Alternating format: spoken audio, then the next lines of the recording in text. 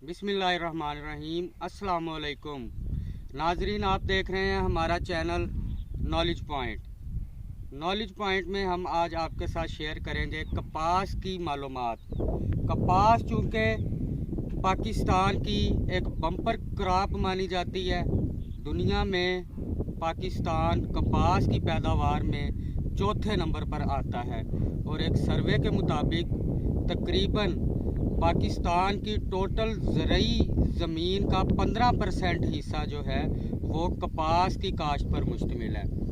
कपास की अच्छी पैदावार हासिल करने के लिए सबसे पहले हमें इसकी प्लांट पॉपुलेशन यानी कि पौधों की तादाद को पूरा करना पड़ता है। तो इसके लिए अगर हम मार्च से लेकर मिड अप्रैल तक कपास की काश्त कर रहे हैं तो हमें ये अंदाज़ा रखना चाहिए कि हमारे 1 एकड़ के अंदर कपास के पौधों की तादाद 16 से 18 हज़ार तक होनी चाहिए। और अगर हम मिड अप्रैल से मई तक इसकी काश्त करते हैं तो फिर इसकी प्लांट पॉपुलेशन यानी कि पौधों की तादाद जो है वो 18 से 20 हज़ार के दरमियान होनी चाहिए। उसके अलावा कपास की पैदावार के लिए कपास की ज़मीन की जो तैयारी है वो अच्छी से अच्छी होना ज़रूरी है। एक एग्रीकल्चरल रिसर्च के मुताबिक पाकिस्तान में जिस इलाके में आजकल कपास काश्त होती है, ख़ास तौर पर जनूबी पंजाब की ज़मीनों में नामियाती मादा ना होने के बराबर है। नामियाती मादा हमारी ज़मीन के अंदर हमारी जो खादें हम अप्लाई करते हैं अपनी फसल को, उनकी तरसील को बेहतर बनाता है। पुराने वक्तों में हम देखते हैं कि अगर किसी काश्तकार के 40 एकड़ थे तो वो 20 एकड़ काश्त करते थे और 20 एकड़ खाली छोड़ देते थे। वो ये सोचते थे कि हम ज़मीन को सांस दिला रहे हैं ताकि ज़मीन अपनी ताकत को दोबारा से बहाल करे। जबकि आजकल अगर किसी काश्तकार के 40 एकड़ हैं तो उसकी कोशिश ये है कि वो 40 के 40 एकड़ काश्त करे। फसल टू फसल काश्त करने की वजह से हमारी ज़मीनों में नामियाती मादे की कमी हो गई। एक एग्रीकल्चरल सर्वे के मुताबिक हमारी ज़मीनों में तकरीबन 5% नामियाती मादा होना ज़रूरी है, जबकि एग्रीकल्चरल सर्वे ये कहता है कि हमारी जनूबी पंजाब की जो ज़मीनें हैं पाकिस्तान में, वहाँ पे नामियाती मादा 1% से भी कम है, यानी कि ना होने के बराबर।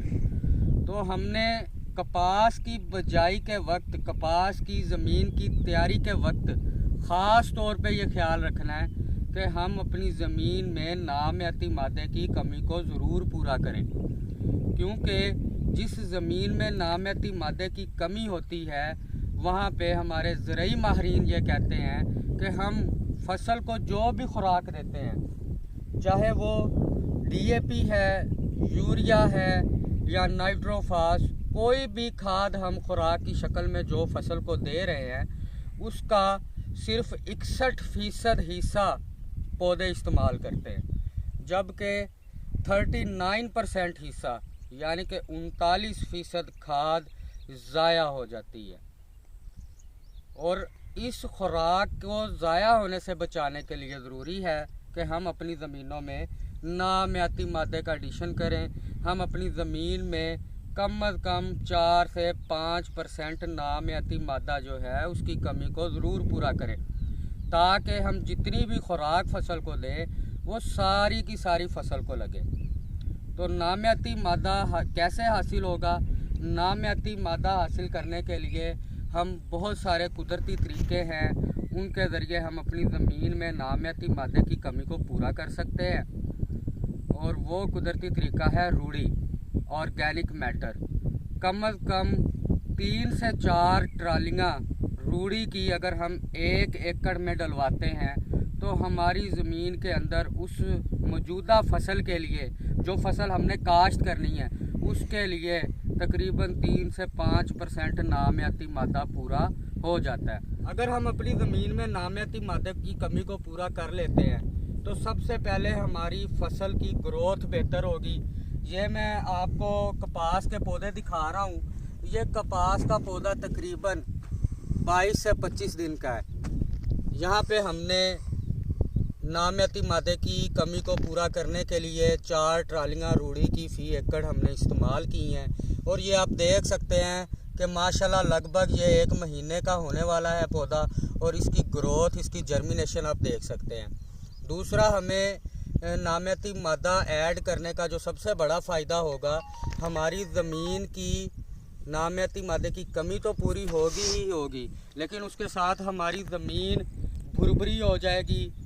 ये नामियाती मादा ज़मीनी सलाहकार के तौर पे काम करता है, जिसकी वजह से हमारी ज़मीन भुरभुरी होगी, हमारी ज़मीन के पोर्स के अंदर तक ऑक्सीजन पहुंचेगी, हमारे पौधे की जड़ों तक ऑक्सीजन की रसाई आसानी से हो जाएगी, जिसकी वजह से पौधे की जड़ें ज़्यादा गहराई में जाएंगी। और जब पौधे की जड़ें ज़्यादा गहराई तक जाएंगी तो पौधे ऑटोमेटिकली सेहतमंद और तंदुरुस्त नज़र आएंगे।